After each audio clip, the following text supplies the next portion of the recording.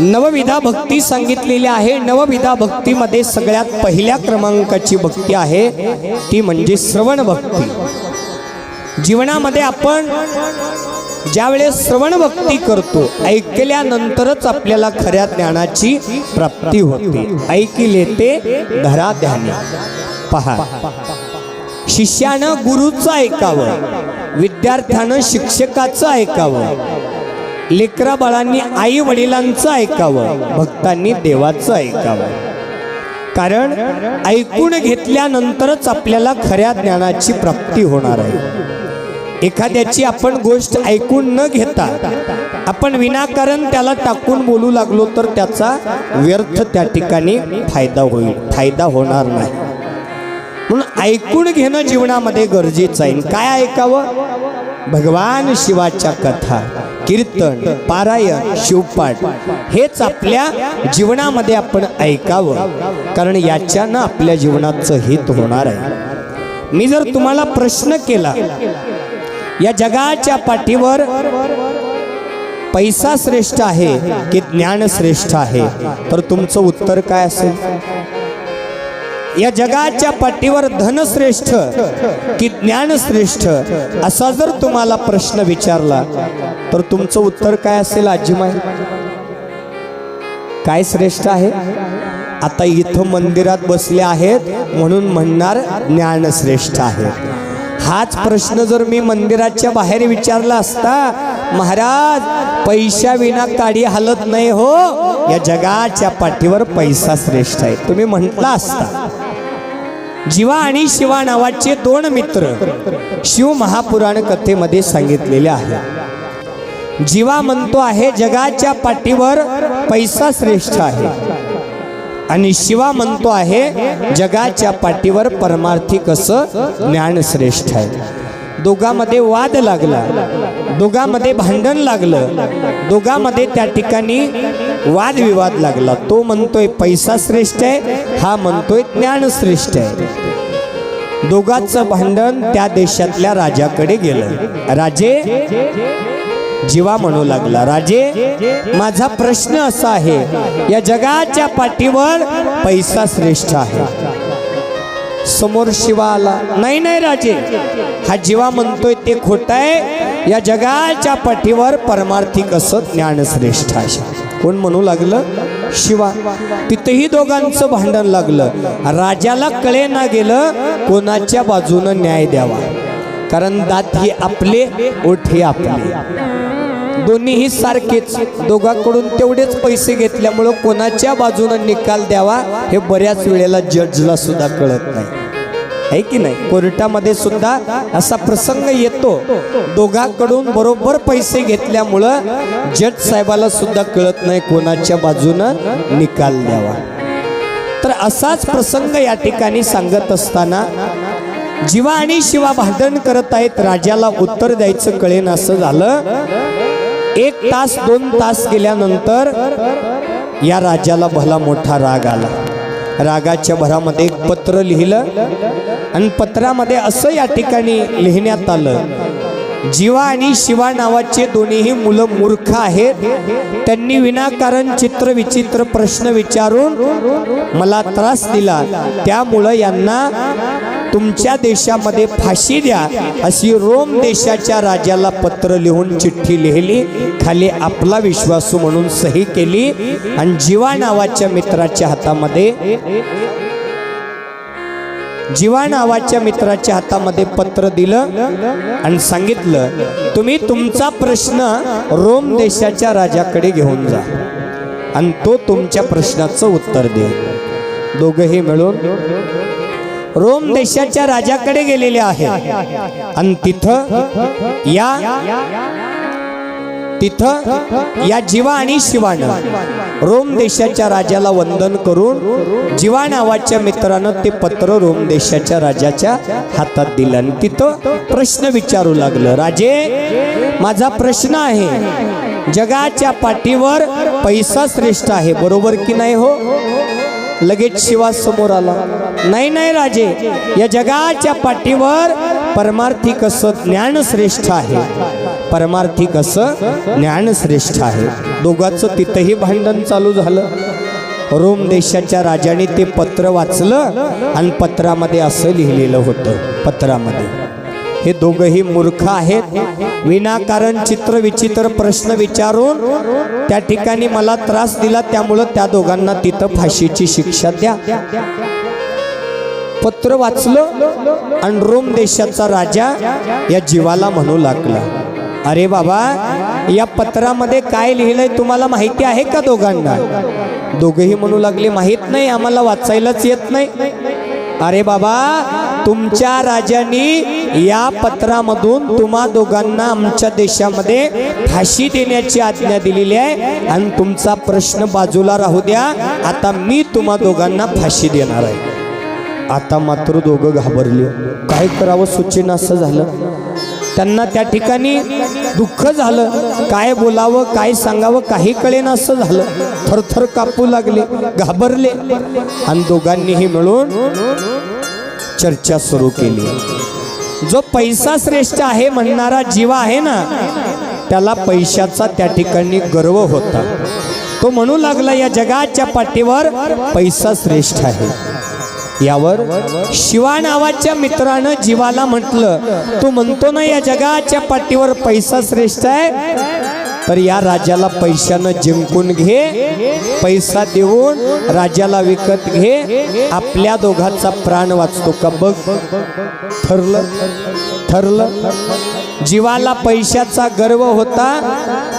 तो राजाच्या समोर ताठ मान करून गेला, हात जोडून राजाला म्हणू लागला, अहो राजे, मी तुम्हाला 1,00,000 रुपये द्यायला तयार आहे, आम्हा दोघांची या फाशीतून मुक्तता करा. राजा म्हणू लागला, तुझ्या 1,00,000 रुपयानं माझं काय होणार आहे बाबा? फाशीची शिक्षा फायनल म्हणजे फायनल, फाशीची शिक्षा रद्द होणार नाही. आता मात्र जीवा घाबरला. 1,00,000 रुपये दिले तरी सुद्धा राजा मान्य होईना. 1 शून्य वाढवला. 10,000 देतो हो, आता तरी सोडा, आम्हाला फाशीतून मुक्त करा. 10,000 द्यायला तयार झाला, 10,00,000 रुपये द्यायला तयार झाला. राजा म्हणू लागला, मी पैशानं विकला जाणारा राजा नाही, काही केल्या फाशीतून मुक्तता नाही म्हणजे नाही. आता घाबरला. 10,00,000 रुपये देऊन देखील राजा आपली या प्राणातून या फाशीच्या शिक्षेतून मुक्तता करत नाही. आपला पैसा कामी आला नाही. जीवा 2 पावलं मागं सरकला आणि मित्र शिवाला शरण गेला. बाबा, पैसा श्रेष्ठ म्हणणारा मी जीवा पैशानं हरलो. याच पैशानं राजानं आपली या फाशीच्या शिक्षेतून मुक्तता केली नाही. तर आता तू म्हणतो ना या जगाच्या पाठीवर परमार्थी कसं ज्ञान श्रेष्ठ आहे, तर या ठिकाणी तू ज्ञानानं जिंकून घे आणि आपली या फाशीतून मुक्तता कर. बघू तुझं ज्ञान कामी येतं का. परमार्थी कसं ज्ञान प्राप्त असणारा शिवा ज्ञानाच्या बळावर समोर आला आणि राजाला ताठ मान करून शरण जाऊन राजाला म्हणू लागला, अहो राजे, तुम्ही काय आम्हाला फाशी देणार? आम्हाला फाशी द्यायचीच असती तर आमच्या राजानं आमच्याच देशात नाही का दिली असती? आमच्या राजानं आमच्या देशातली पीडा तुमच्या पदरात टाकली म्हणून. आता ज्ञानानं जिंकायचंय बरं का. रोम देशाचा राजा घाबरला.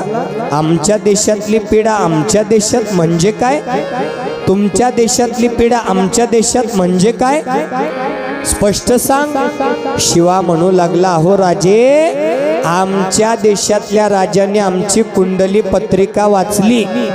हा जो माझा मित्र आहे ना जीवा, याच्या पत्रिकेमध्ये याच्या कुंडलीमध्ये असं भविष्य लिहिलेलं आहे.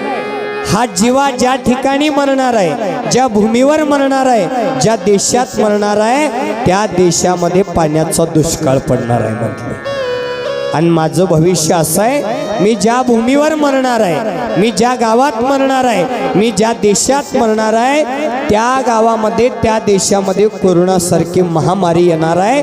हे भविष्य आमच्या राजाने वाचलं म्हणून आमच्या देशातली पीडा तुमच्या देशात टाकली म्हणली. मी तर मरायला तयार आहे, अगोदर मला फाशी द्या. जीवासमोर आला तोही चतुर झाला, नाही नाही राजे, अगोदर मला फाशी द्या. राजा घाबरला, राजा विचारात पडला. बरोबर आहे, हा शिवा म्हणतोय ते बरोबर आहे. जर राजाला फाशी द्यायचीच असती तर राजानं त्यांच्याच देशात नाही का दिली असती?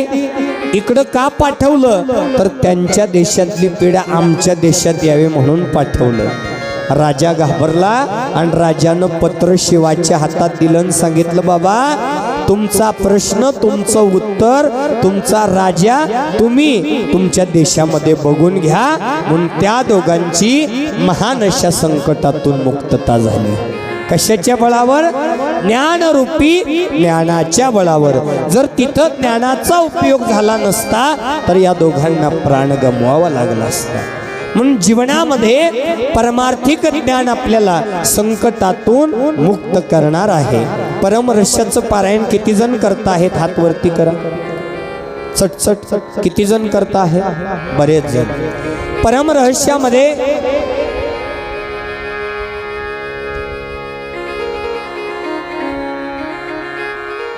परमरहस्यामध्ये एक ओवी आलेली आहे बाबा. ओवी, ओवी रूपामध्ये दृष्टांत, आंधळा आणि पांगळ्याचा दृष्टांत. आंधळा आणि पांगळा एका झोपडीमध्ये बसलेले असताना त्या झोपडीला आग लागते. मग आग लागलेली पाहिली कोणी? हो, पांगळ्यानं. पण आग लागलेली पाहून पांगळ्याला पळता येतं का? पळायला कोणाला येतं? आंधळ्याला. पण दिसतंय का? दिसत नाही. आता इथं सुद्धा परमार्थिक अशा ज्ञानाची गरज आहे. पांगळ्याला परमार्थिक ज्ञान होतं म्हणून तो पांगळा परमार्थिक ज्ञानाच्या बळावर मित्र आंधळ्याला म्हणू लागला, आंधळोबा आपण ज्या झोपडीमध्ये थांबलोत ना त्या झोपडीला भली मोठी आग लागलेली आहे बाबा. आणि आता मी सांगतो त्या युक्तीप्रमाणे काम नाही केलं तर आपण दोघेही जळून जाणार.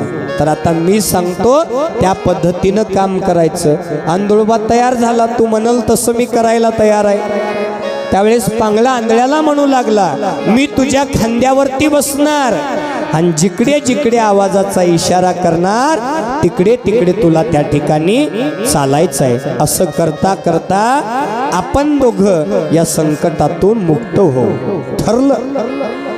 आंधळा लगेच खाली बसला, पांगळा त्याच्या खांद्यावर बसला आणि उठून पांगळा जिकडे जिकडे आवाजाचा इशारा करू लागला, आंधळा तिकडे तिकडे चालू लागला आणि मुख्य दरवाजातून त्या दोघांची महान अशा संकटातून मुक्तता झाली. जर पांगळ्याला परमार्थिक ज्ञान नसतं तर ते दोघं तिथं जळून खाक झाले असते. म्हणून जीवनामध्ये ज्ञान हा माणसाचा तिसरा डोळा आहे. म्हणून जीवनामध्ये परमार्थिक ज्ञान आपल्याला कधीच हरवणार नाही, कधीच दुःख देणार नाही, कधीच कोणत्याही मांदियाळीमध्ये अपमानित करणार नाही. म्हणून माणसाच्या जीवनामध्ये ज्ञान असणं गरजेचं आहे. शिवकथेचं ज्ञान अमृत श्रवण करून पापी दराचारी भक्ताचा उद्धार कशा प्रकारे झाला याच कथा आपण या ठिकाणी या शिव महापुराण कथेच्या माध्यमातून श्रवण करणार आहोत. पार्वती खंडाच्या पुढील कथा श्रवण करत असताना आज आपण भगवान शिव परमात्म्याचं गुणगान, भगवान शिवाच्या नामाचा महिमा, भगवान शिवाची केलेली भक्ती, भगवान शिव परमात्म्याची केलेली आराधना कधीही व्यर्थ जाणार नाही या शिव महापुराण कथेच्या माध्यमातून आपण श्रवण करणार आहोत.